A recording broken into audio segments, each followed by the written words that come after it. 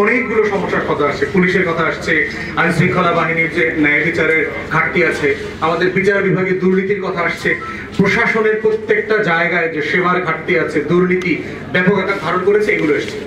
তো এখন প্রশ্ন হচ্ছে, আমরা যদি আমাদের অতীতের গর্বিত মানুষগুলোর কবর পূজা করি, আমাদের কোন হাসপাতালের চিকিৎসা সেবার মান বাড়বে বলেন? আমরা কবর পূজা তো করছি 53 বছর ধরে ধরে, বড় বড় মাজার বানিয়েছি, দেখবেন একটা দলের একটা জেলার কমিটি করে মাজারে চলে যায়, কবরে চলে যায়।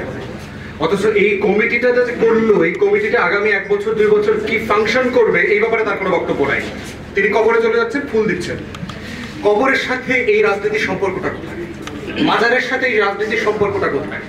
এই যে পূজার রাজনীতি শেখানো হচ্ছে আমাদেরকে 53 বছর ধরে, আমরা বোধ করছি এগুলো রাজনীতির সংস্কৃতির মধ্যে পড়ে না। আপনি গুরুজনদেরকে সম্মান করবেন, গুরুজনদেরকে মনে রাখবেন, তার জন্য দোয়া করবেন, তার জীবন থেকে শিখবেন, তার ভালো কাজগুলোকে আপনি করার চেষ্টা করবেন, তার জীবনের ভুল থেকেও আপনি শিক্ষা নেবেন যে আমি এই কাজগুলো যেন না করি, আমি যেন হাসিনার মতো স্বৈরাচার না হই, এটা আমাকে মাথায় রাখতে হবে কোনোদিন ক্ষমতায় গেলে। আমি যেন ওর নেতা কর্মীর মতো দুর্নীতিবাজ না হই, এটা আমাকে মাথায় রাখতে হবে। আমার মৃত্যুর পরে যেন আমার কবর নিয়ে কেউ কবর পূজা না করে, এটা এনশিওর করে যেতে হবে।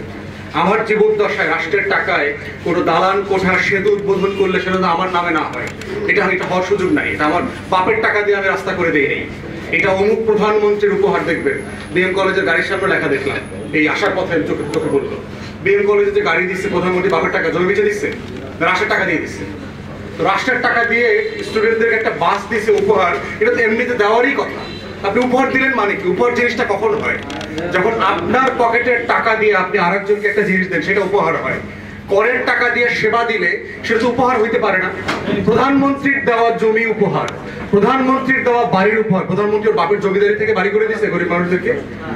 খাস জমি, রাষ্ট্রের জমি, রাষ্ট্রের মালিককে ফিরাইয়ে দিয়েছে, এটা তার দায়িত্ব।